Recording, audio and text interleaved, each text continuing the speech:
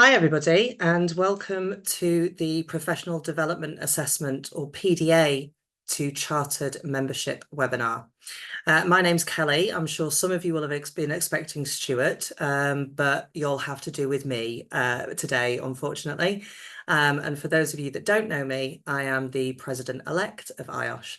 I'm really excited about this webinar and sharing the new route to chartership with all of you. This webinar will be covering what the PDA is, the support that's going to be provided to our members, what's next for the IPD route.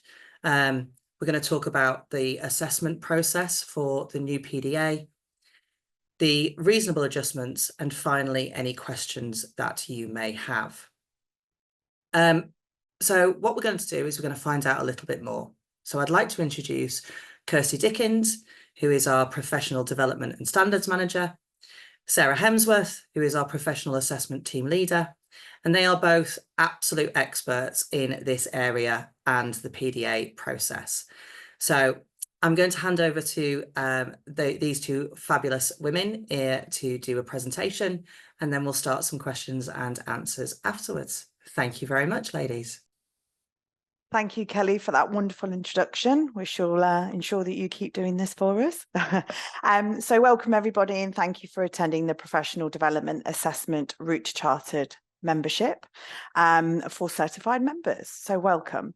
So on to this next slide is the why we're here today, which is why become a chartered member, what the next steps are for our initial professional development, which is known as IPD.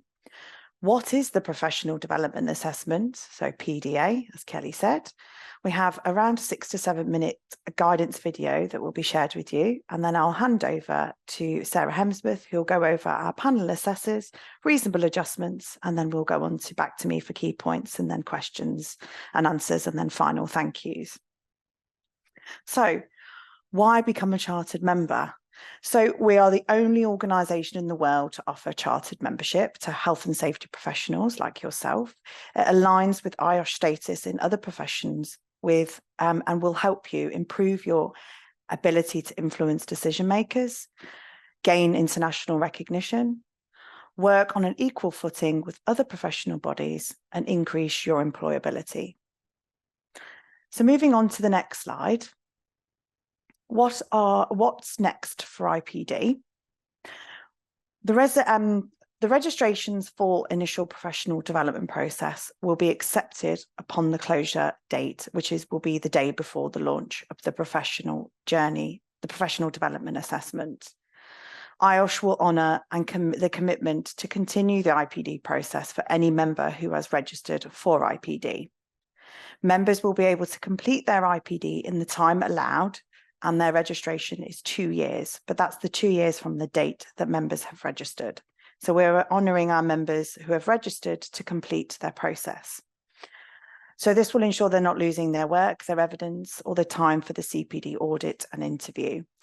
There are monthly online IPD workshops that the professional assessment team run, and you can register that through the IOSH website through IOSH IPD workshop page.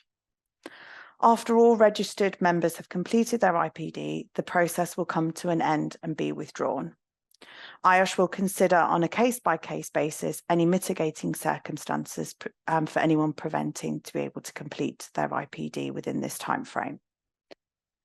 So very important, the IPD will remain for those individuals who are already registered and they will be committed, their time will be honoured. So what is professional development and what is the assessment? So the professional development assessment is for members wanting to progress from certified membership to chartered. It's a supported development journey where candidates undertake targeted research and experiences to consolidate their IOSH knowledge and understand and provide evidence against this criteria. So as I've stated, this is only available for certified members wanting to progress to chartered status. So it completely replaces our IPD process. So the introduction of the professional development is the latest stage of our programme to improve members' professional journeys. This route is aligned with our competency framework, which focuses on skills needed for the evolving world of work and is delivered by our paid assessors. Whichever route you take to achieve chartered status, our mandatory CPD programme and ethics assessment ensures all members maintain the same high standards. And you can register to complete this through your My IOSH in Blueprint. We're now going to move on to the guidance video. As I stated in the beginning, it's around 6 to 7 minutes. I hope you enjoy watching the video and we'll see you soon. Welcome to this explanatory video on the Professional Development Assessment, or PDA route, to IOSH Chartered membership. This video has been created to help you understand what the PDA route is, who is eligible, and what it involves. Let's start with some key information. The PDA route is available to certified members only. The process is designed to help candidates build and evidence their knowledge, understanding and application of the competencies to meet the requirements for chartered membership. Being a chartered member will improve your ability to influence decision makers, allow you to work on an equal footing with other professionals, and increase your future employability. How to apply. To register for the PDA route to chartered membership, candidates must be an IOSH certified member and have an up-to-date CPD record through Blueprint. All members, with the exception of student and affiliate members, are required to complete 30 hours of mandatory CPD each membership year. Members can register for this process through My IOSH. There is no minimum length of membership for entry. Fees for this route can be found on IOSH.com. Assessment structure. The PDA route is split into 4 stages. Stage 1, Knowledge Assessment. Stage 2, Portfolio of Evidence. Stage 3, Professional Discussion Paper. And Stage 4, Professional Discussion Interview. Assessment design. The PDA for chartered membership is designed to enable IOSH certified members to demonstrate their occupational safety and health, or OSH knowledge, through assessment and evidence. It is a route to show that their experience meets the criteria for chartered membership. This is experience gained as a certified member prior to application and following a successful action plan developed as part of the PDA for chartered membership. Application process. The application process is split into 4 stages. Stage 1, Knowledge Assessment. PDA candidates undertake the knowledge assessment to verify the level of their understanding against IOSH's competencies. Candidates will be asked questions at chartered competency level in Blueprint. This will establish a candidate's depth and breadth of knowledge at this time and determine the format for the next stages. Stage 2, Portfolio of Evidence. IOSH's competency framework has 12 competency areas in total. Our assessment approach for the portfolio requires the candidate to produce evidence for a total of 8 competency areas. Behavioural competencies are mandatory. These competency areas will be based on the results of the knowledge assessment. Stage 3, Professional Discussion Paper. The professional discussion paper must support the candidate's portfolio of evidence and needs to be between 3,000 and 5,000 words. The paper should give details of the following: their background, choices of evidence, a reflective statement on their overall progression route, and their professional insights and vision for their own future and contribution to OSH practice. Stage 4, Professional Discussion Interview. When a candidate's portfolio of evidence is assessed as competent at chartered level, the next stage in their route to chartered membership is a professional discussion interview.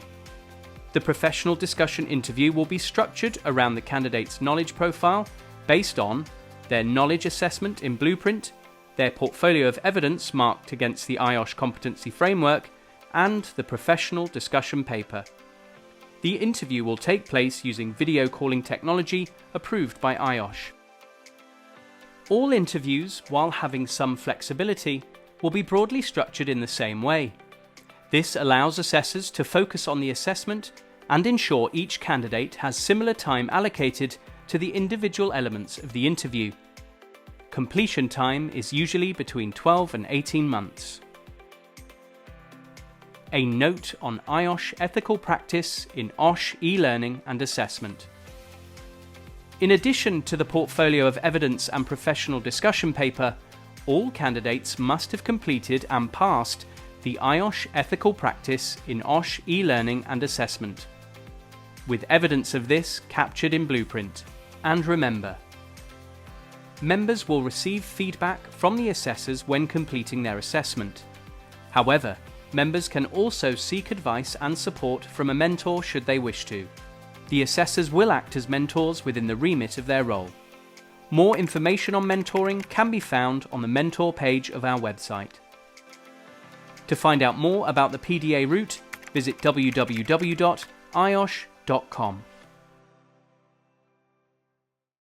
Good afternoon, I'm Sarah.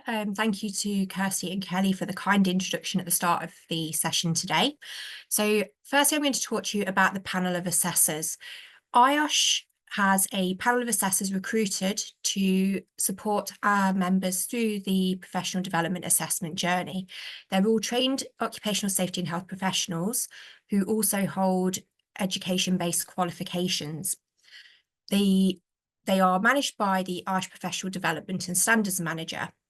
The team of professional assessors and senior assessors will conduct the assessment process overseen by IOSH's Professional Development and Standards team. Members entering the professional development assessment each have an assessor assigned to them for the process. So you will be working with one qualified assessor throughout the journey. They are chartered members of IOSH and they are responsible for making judgments about the range of evidence that you may be able to produce to demonstrate competence to meet the assessment criteria. Assessors are also responsible for developing high-quality candidate feedback reports. The senior assessor role is crucial in ensuring that those who go through the process fulfill our ethical standards and meet the professional competency requirements to become IOSH chartered members. The primary responsibility of this role is to verify assessments of an individual's knowledge, their submitted portfolio, and/or the professional discussion interview process to ensure that they're conducted consistently and in line with the standards and learning objectives of the competency level requirements. The assessors have all been through and continue to have a rigorous training process, and we meet regularly for standardisation to ensure the quality of the process for the professional development assessment. We want to ensure that there is transparency and rigour and that are consistently applied through the IOSH membership standards, and all assessments are overseen by the professional development and standards team. And when we go on to the next slide, we are going to talk about reasonable adjustments. So IOSH is committed to equality, diversity and inclusion within its processes, or within our processes. We want to ensure that no member or potential member is disadvantaged and that there is no discrimination in line with the Equality Act 2010. This includes equal access to membership assessment. So we want to ensure that everybody is provided with the need to be, or the ability to be, on an equal footing within the process. It is important that should you feel that you may need reasonable adjustments for the process, that you do contact initially our customer service centre at csc@iosh.com, and they will liaise with the professional development and standards team, who are available via pds@iosh.com, to enable the support required. And then if we go on to the next slide, we'll see the next steps for you to get started with the process. So we are due to launch in the coming months, and so you can find out more about the process itself, the professional development assessment, and register your interest on the IOSH website. Additionally, you can contact our customer service centre. The details are currently shown on screen, or the professional development and standards team. Again, the details are showing on screen. It did mention in the video that you may find it beneficial to link with a mentor to support you with the evidence requirements of the process. Should that be the case, please do access the IOSH mentoring pages on the IOSH website, and you can get started. You can either register as a mentor if you feel that you've got the skills and knowledge to share, or you can seek a mentor as a mentee to support you with your IOSH profession. Thank you very much, Sarah. So on to key points. So how long does it take to complete? So members have 18 months to complete the professional development assessment. Otherwise, they'll have to re-register again. So that's to complete all the areas that have been highlighted within the video. So that is the 4 key areas: the knowledge assessment, the portfolio of evidence, the professional discussion paper, as well as the CPD and ethics review, as well as the final interview stage. So that's 18 months to complete. How much does it cost? There's a fee of £550. This has been set to cover the costs of the delivery of the assessment and does not generate a profit. In certain circumstances, and for the first time, we have an offer of concessionary fees to members who require financial support, and that is in line with our current membership fee structure of concessionary rates. So do have a look at that should you require our support. So what support is provided? As Sarah's covered already, the professional assessment team can provide one-to-one support and guidance. Our assessors will give you feedback every stage of the process. So please do listen to that feedback and take it on board.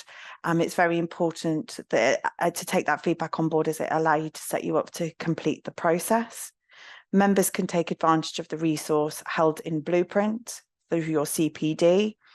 IOSH mentors have a particular role to play in supporting members through the professional development assessment from the competency and skills perspective. The professional assessment team and the customer service centre are there to support you through the process. So resits available.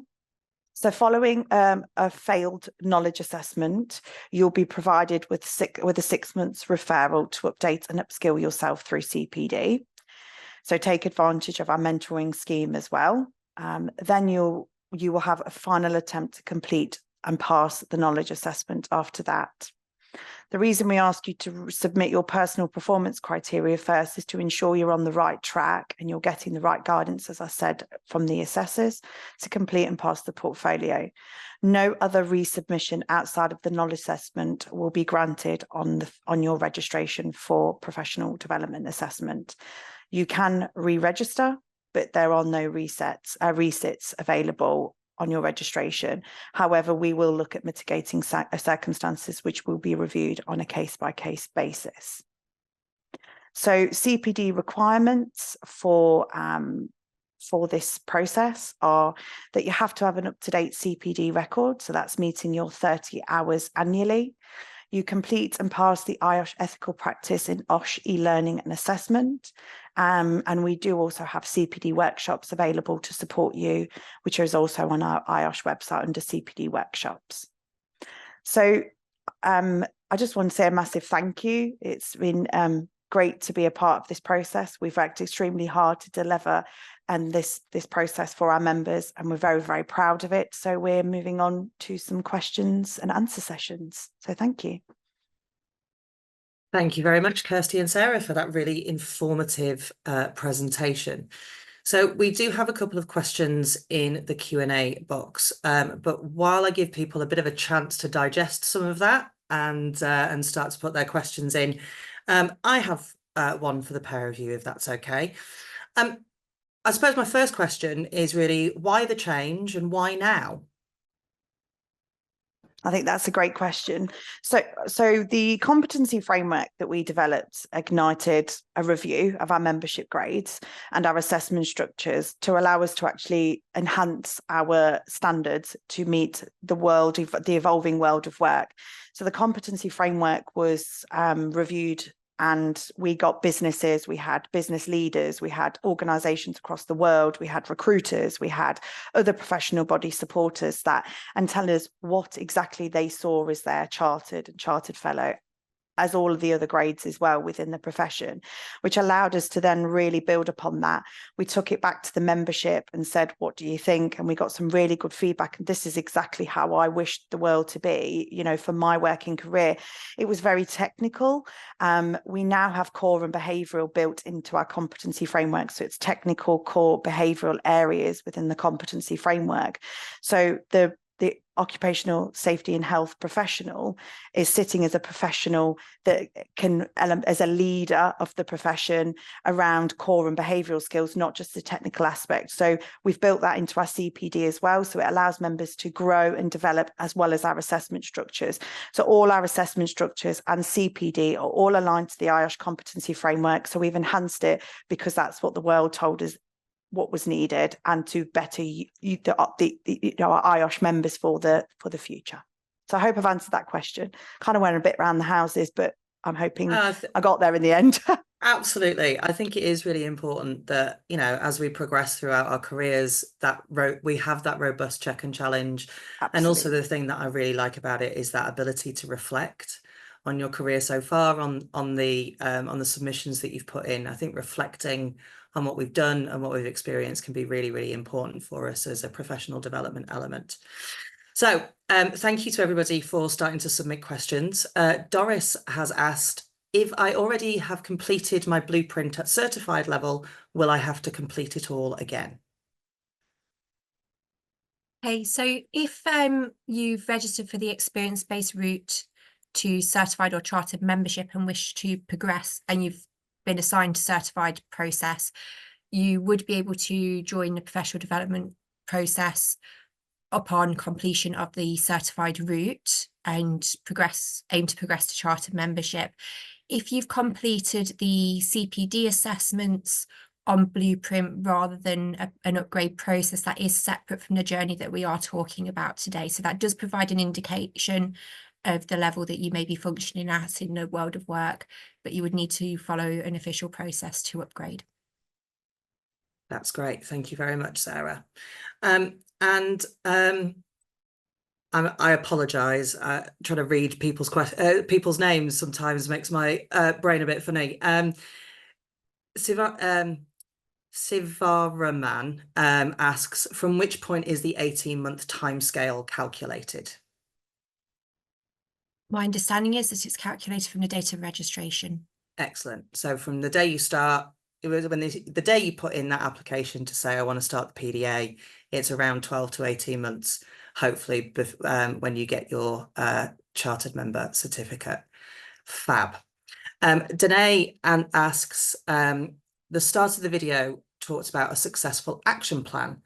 Would you be able to give us some more information about that and how we go about creating one?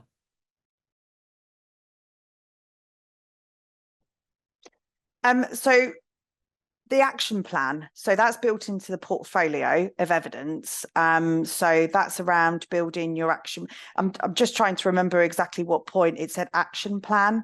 I think there's two different types. Obviously, we've got a CPD action plan to do your personal development plan, but there is also an action plan within your portfolio of evidence that you go through and you provide information on how you have conducted certain pieces of evidence.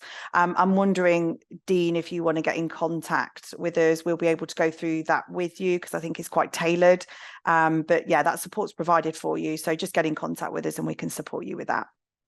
Fantastic. Thank you, Kirsty. Anne-Marie has, so we're going to start talking about the fees now, if that's okay. We've got a couple of questions around those. So Anne-Marie asks if the fee is payable in one block or whether there's an option to pay it in instalments. Okay, so currently we do not have an instalment payment. That's not to say we're not going to. It's more of a wider business piece of information that I am taking back from these sessions. Obviously, like I've said, it is £550 and would need to be paid to be able to register. However, I am taking this feedback back to the business and explaining it, but please do remember we do offer the concessionary support on financial support. So please do have a look at that. You may be eligible for it. And that was going to be the next question was, is there a discount and is there a where do anybody get information around that kind of discounted fees? Yeah, so that's on our IOSH website. So I will get a link put onto the page, and also all the questions will be re-answered in writing and be shared with this session. So we'll obviously put all that information on there as well. But it is on the IOSH website, very much aligned to our membership concessionary fees. Exactly the same rule applies. However, it's a 50% discount on the process. So please do have a look at that if you require our support. Fantastic. So on the next question that's come in is probably a little bit wider than the PDA route, but are there any emerging trends and future directions in CPD practice that professionals should potentially be aware of? I think yes, there is, but there's probably not this forum at the moment. But I think it's definitely something we're tracking. With our blueprint and our content, we're able to see what members are more interested in, what they're not, and it allows us to be able to create more content, less content. It allows us to reprioritize content. So the answer to your question is yes, we are noticing trends. Can I share them here? Probably not at this point, but it is something for us to consider maybe sharing across the organisation and across our membership. So I'll definitely be taking that back to our communications team. So thank you very much for that feedback. Thanks, Kirsty. I think one of the other things that, just as a little side note, IOSH and Arup did a joint white paper called The Future of Work, which has some phenomenally great what-if questions and some really great checks and challenges for the profession, for us as practitioners and professionals, for IOSH itself, and for governments and the world of work wider. So if you haven't started reading that, I highly recommend that you get on that, and that will help develop your CPD as well. And I back that. And obviously, please remember to update your CPD after you have read it, because it is a very useful piece of information. And again, we're very much aligning that to the IOSH competency framework to ensure that our members are getting the maximum support with their CPD. Brilliant.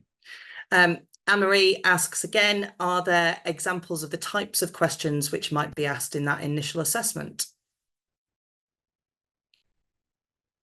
The questions are all based on the IOSH competency framework, with one competency covered in each question. However, there will be multiple questions on each competency. Beyond that, we aren't able to share detail as we do need to protect the assessment process itself. But my suggestion would be to definitely make sure that you feel comfortable with the IOSH competency framework before beginning the assessment. Great. That's a good little tip there from Sarah already. Kieran asks, they're still being advised to use the preceding route, so the IPD route to chartership. They currently have a level 6 from NCRQ. Is it better to go via the new route or the old route? So is it better to go through the PDA or the IPD? I'm happy to take this one, if that's okay, Sarah. So yeah. I think it's very, very difficult for us to sit here and tell everybody what the right way to move forward. Ultimately, it's your choice. I think, Kieran, it's very important that you contact us directly so we can actually support you with the qualification that you hold and actually explain the differences between the processes. We've kept this webinar very much in line with the new product, but we do appreciate that members do have questions around which one to choose from. It will be purely up to you, but what we can do is demonstrate the differences and the timescales, and then leave you with the decision to make. So please do get in contact with the professional assessment team, and the details were on the slide. So do get in contact with us and we'd be more than happy to provide that support to you. They are a hugely supportive bunch. So if you do have any questions, please get in touch with Kirsty and her team. They are phenomenal. Our next question is around the assessors themselves. So will the assessors assigned, that's an awful lot of S's, be matched with a similar industry of the applicant so that the evidence portfolio is better understood? Or is it very much a case of you get who you get when you get your assessors? That's a really good question. So the assessors that we have hold are based around the world. And so they're not all UK centric at all. And additionally, they work in a number of different industries. We aren't specifically matching to industry because we wouldn't be able to fulfill the requirements of our members should we go down that route at this time. However, they do have access to each other and the senior assessors to seek guidance and support should they ever require it. So please do rest assured that they will be able to support you with the process based on what they're required to do and the support they're required to offer. If you do feel you need some very specific support due to the sector that you are in, you may wish to look at linking with a mentor and becoming a mentee for someone who's from that sector who can guide you more specifically on the evidence for the portfolio and what's required. That's great. Thank you very much, Sarah. Tudor says that everything is based on a competency framework that is around 5 years old. Those of us who prepare candidates at level 6 and 7 through delivery of qualifications, as well as mentoring candidates, how do we know whether the framework is being reviewed and updated, and then impacting on in that will that impact on its on this process? I think it's sorry, Kelly. That's all right. Go on. I think it's a very good question, and one that I can answer. The competency framework is being reviewed on a rolling cycle.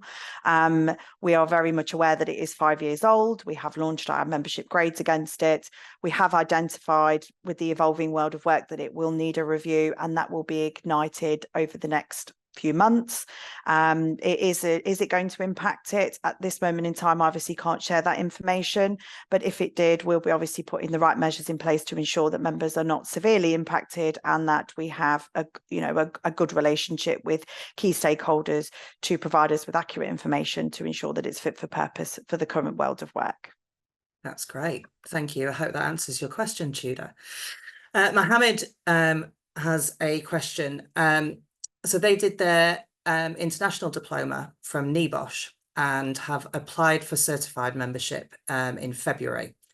Their question is, does only the IOSH CPD webinars, are only the IOSH CPD webinars accepted, or does any other CPD that's kind of given from like NIOSH or FSM, are they also accepted as part of your CPD hours? Yes, of course they are. I think it's a really good question.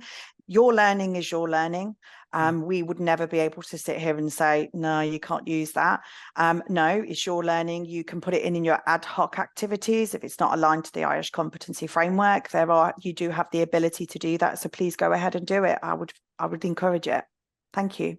Absolutely. I mean, I watched Ted Lasso last year, and it's fantastic if you're interested in kind of coaching and leadership, and I ended up putting a couple of episodes of that onto my CPD. So you can get CPD from absolutely anywhere, doesn't have to be from IOSH. Lots of sources of inspiration for your continual professional development. Jason would like to know what the benefits are of choosing the new route over the current IPD process. I think it's a very, very good question, and I think people would see benefit in very different ways. So again, it's a very much tailored to you and your learning journey. I believe in both processes. We've aligned the professional development assessment to our new way of working in terms of, what the world have requested. I do believe in the IPD process. We've enhanced it to ensure that there's a fair assessment process. So not only is IPD completely up to speed with how we should be working, the PDA is as well. So again, it comes down to how you would prefer to move forward rather than me providing that clarity and the benefits. So maybe that's a conversation you have with us offline, that we can just go, like I said to the other member, this is the benefit of doing this one. This is the benefit of doing that one. Now we'll leave the decision into your hands as to how you proceed. I hope that's helpful. I know I haven't gone, this one's better than that one. I'm not going to do that, because ultimately the new professional development assessment is aligned to our competency framework. But again, the IPD process is completely working very well and in line with the standard that we've held previously, and will ensure that it's a fit for purpose and fair. That's great. We have a number of questions around members who have got specific qualifications. So, for example, a level of 7 in occupational health and safety management. We have one here. It's moved. A level 7 in strategic health and safety leadership and management. So I suppose the question is, for specific qualifications, is there a list of what makes you eligible to apply for the chartered membership route? Yes, there is. So anyone who applies for the professional development assessment would be a certified member of IOSH. So if you're not currently a certified member of IOSH, or maybe you are, but as others have mentioned earlier, they're mentoring or working with others who are aiming for that standard, there is a list on the IOSH website If you search for qualifications of the accredited qualifications IOSH accepts for certified membership. Additionally, we do have a non-accredited qualification process. So if you hold a qualification that's not listed upon that page, if you share the qualification certificate, unit pages and your CV, we can guide you from there. There will be some additional paperwork to complete to request a review and provide some additional information, but we can get that reviewed under the IOSH standards. I did notice that part of one of the questions asked about whether the qualification can be used towards part of the portfolio of evidence. Qualifications themselves don't fall within the portfolio of evidence in itself, because it's looking for work product, really. It's showing evidence that you have or can do certain things to meet the different criteria that are assigned to you. However, I am aware that a number of the qualifications that our members have undertaken to achieve certified membership do include a portfolio element. If the evidence meets the requirements for that competency and falls within the timelines required for the professional development assessment, there's no reason why you shouldn't be able to resubmit that evidence as part of a portfolio. However, if it falls out of timelines or doesn't meet the competency, you wouldn't be able to use it. So it does need to match. I think that answers that one really nicely. Thanks, Sarah. Next question that's just come in is, is there a minimum duration? So you've said that it's expected to take between 12 and 18 months. Is there a minimum duration that you have to be on the PDA route? There isn't a minimum duration, but what we do suggest is that members don't rush. There are a limited number of attempts to submit at the different stages, so we want to ensure that you're proud of what you do put in place and that you feel really comfortable and happy that you've put forward the best representation of yourself and your skills. The process certainly can be completed in under 12 months if a member has the evidence to hand for their portfolio and passes and writes their paper. However, please do bear in mind, in addition to your own work time, there is a turnaround time for our assessors to review and mark, because what we want to make sure you get your feedback timely, but we also don't want to rush them, to ensure that you feel that you've had the best support possible and that you're receiving the best feedback and guidance to help you to achieve, because ultimately that is what we want. We want you to achieve your chartered membership. And following on from that, Sarah, is there kind of a time limit on the portfolio? So can you submit evidence from work that you did like 3 or 5 or 10 years ago, or is there a time limit on there? With this process, we do expect that the majority of members will still be developing their skills as they go through the process itself. And so there may be areas where you have work product to hand and can submit that as part of your portfolio. That can be up to 2 years in age on the date of submission, because we want to ensure that it is current. I believe that if you've done something slightly long ago, but you fully reviewed it and can show that it's been updated, you can also use it at that point. Alternatively, work may be generated during the process itself. Fantastic. We've still got questions flying in left, right, and centre, which is brilliant. I'm trying to group some of them so that so that we don't continue to repeat questions. Jason asks if the evidence has to be based on work undertaken in the UK, or can it be from anywhere in the world? The work can be from anywhere in the world. It can include work completed by consultants. However, you will need to make sure that you do have the correct permissions to share. So in some cases that might be anonymising or receiving authorization. And we do offer guidance. So anyone who joins the process does receive a written guidance booklet to refer to through the process, as well as having your assessor and the professional development and standards team to help.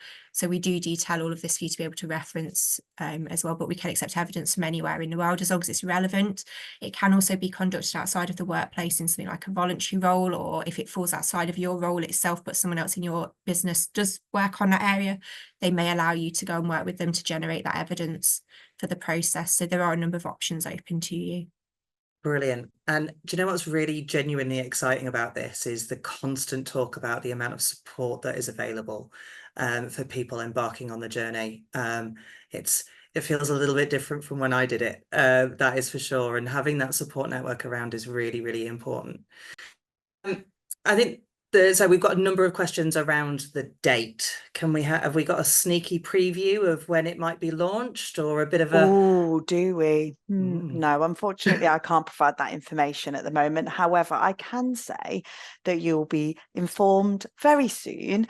So keep your ears to the ground, please, because we will email you that communication of a launch date in the Okay. coming weeks. But it's a So- very good question, and I would love to be able to go, yes, but unfortunately at this moment in time we can't, and it's not due to anything other than we want to ensure that we're giving you accurate and very clear information, that we are 100% ready, because we do not want to hinder anyone's progression. I thought we were going to get a scoop there, Kirsty, but never mind. So it's coming soon. And obviously, as we said, as Kirsty and Sarah said during the presentation, the IPD will close, is it the day before the PDA opens? Correct, yes. It's a good job I was paying attention then, wasn't it? Okay. Sarah asks, and I think I already know the answer to this one, but I think it's good as a little bit of clarity. Sarah asks, can this process be used to apply for chartered fellowship as well as chartered membership?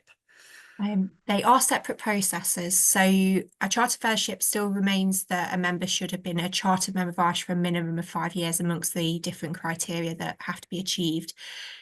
The process for fellowship is live for those that are ready and interested. If you do pop to the IOSH website fellowship pages, there's a lot of detail on there, including a registration of interest where our team would get back in touch with you to see if you are eligible. Alternatively, you can contact the professional development and standards team, who will be able to answer any questions. There are some similarities, I suppose. There is a portfolio, for example, as part of the fellowship process. There are professional discussion interviews in a different format due to the nature of the process. So there are some similarities, but it is a separate process. Fab, thank you very much. So that one's been answered. Are we going to do another one of these? Is there going to be a follow-up webinar that provides a bit more detail, or a bit of a step-by-step demonstration of that entire PDA process, and gives people a bit of a walkthrough of what it looks like in a bit more detail? Well, I'm very, very pleased to read that people want this again. Absolutely. So there's going to be workshops for the professional development assessment that Sarah and her team will be delivering with my 100% support. So yes, there won't be webinars, but there'll be workshops, which is ultimately the same flow: questions and answers, a demonstration of the process, how it works, how it operates, with a lot more detail within it. Sarah will be able to give you an estimate of when that's likely to be. But again, we probably can't provide that quite yet, because we need to be able to provide the launch date. So just bear with us. We have said summer 2024, UK summer, of course. So please just bear with us. But yes, the answer to the question is there will be supportive workshops available for members on the process or interested in the process. I can certainly add to that in a little bit more detail. We are aiming, and we do have bookings live for the experience-based route, IPD and fellowship webinars. The IPD webinars are ongoing and will continue to run to support those members that are registered on the process after this launch, after the PDA launches. The fellowship and experiential-based route webinars are due to go live in August time. So you can go to the IOSH website and book. If you wish. We have the professional development assessment webinars ready and available, but we need to launch, which we will be doing soon. And as soon as we have, we will put the information on the same section. It's also available via Eventbrite, and you will be able to book. If there is a demand, we will put additional sessions on as well. Brilliant. And I'm assuming that everybody will get more than enough notice that the PDA is coming, so that if they do decide to stay on the IPD route, they can choose that route, rather than getting it's closed, it's done, that's it. No, that would be very unfair. It would. Absolutely. So yes, what the plan is to do weekly updates. So what we'll do is we'll send out the date, and then we'll say, right, every week, remind you, because that gives you enough time to then make the decision, which one do I want to go down. So yes, there will be, it won't be, by the way, we're closing it tomorrow. It'll be enough notice for you to be able to make your decisions. Brilliant. That's really helpful. Can we find any webinars or workshops on the old route, the old IPD route? Yes, they are available on the IOSH website. They have filled quite significantly. So there may be a few weeks wait to be able to attend one, but if you access the IPD pages of the IOSH website, there is a link. I'll be happy to be open and say it's towards the bottom of the page that takes you through to Eventbrite, and have a look at the available dates. If you do feel that you need to attend a webinar sooner than whatever or a workshop, I should say, sooner than whatever the date is available, please do email the pds@iosh.com email address, and we'll see if we can support. We do have a number of members able to join the webinars, but we try to limit the number to some extent to ensure that you can have a meaningful interaction with us. That's great. And Tudor's back again, and he asks, where is the detail for, or what is the timeline for currency of evidence generated through like an NVQ 6 or 7? A candidate may want to use that as part of their PDA process. The PDA has a timeline of 2 years from the date of submission. So once it's been submitted, the evidence won't time out. However, because you can be on a programme for quite a period of time, you know, it can be up to 12 to 18 months as per the slides earlier. If the evidence is submitted at the end of that time and is over the 2 years in age, then we would not be able to accept it. That's fantastic. And it looks like we are out of questions. We've obviously answered everybody's questions, and it doesn't look like anybody else is popping one in. So rather than sit and twiddle our thumbs for the next 14 minutes or so, I want to say thank you so much to Kirsty and Sarah for the presentation and for the video and for answering all of those questions. I want to thank all of you for attending, and I want to remind you that the session has been recorded. And the slides will also be available along with the recording. You guys can get in touch with anybody in the IOSH team, in Kirsty's team, and you can find out further information on our website. Hang on, there's a little sneaky one. Oh, will there be a comparison paper written up, or will it just be an element of this is what the IPD offers, this is what the PDA offers? Well, funnily enough, I've written one, so there is one. Yeah, there we go. We'll ensure that that's put on the website. Absolutely. Fantastic. So hopefully that has answered everybody's questions, and everybody's got some good information from this session. As I said previously, Kirsty and her team are available and more than happy for any further questions and further support that you may need. But thank you very much for everybody's time, and I hope to see all of you very soon. Take care of yourselves and stay safe.